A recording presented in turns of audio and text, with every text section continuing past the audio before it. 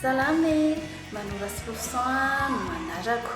Mianatra eny amin'ny Université Antananarivo momba ny varika na ny gidro sy ny fiarovana azy ireny. Mahafinaritra ahy ny hizara aminareo ny fikarohana izay ataoko amin'izao. Tamin'ny herintaona lasa teo aho no nandeha midina nanao terrain tany Atsimanapesitra, faritra Atsimandrifany Madagasikara. Nanangona tayana karazana gidro anankiray mandeha amin'ny alina na hoe gidro nocturne no anisan'ny zavatra hafakely nataoko tany. Le Pylémurpeteria na songika no anaran'ny ilay gidro.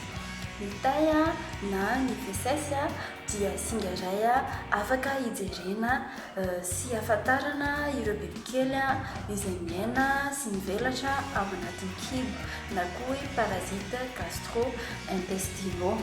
Ary amin'ny alalan'ny analizy izay atao any amin'ny laboratoire antsoina hoe coproscopie no ahitana azy ireny. Anisan'ny fototra mety hanimba ny fahasalaman'ny biby izay mitondra azy ireo bibikely ireo ka tsara ny ahalalana azy.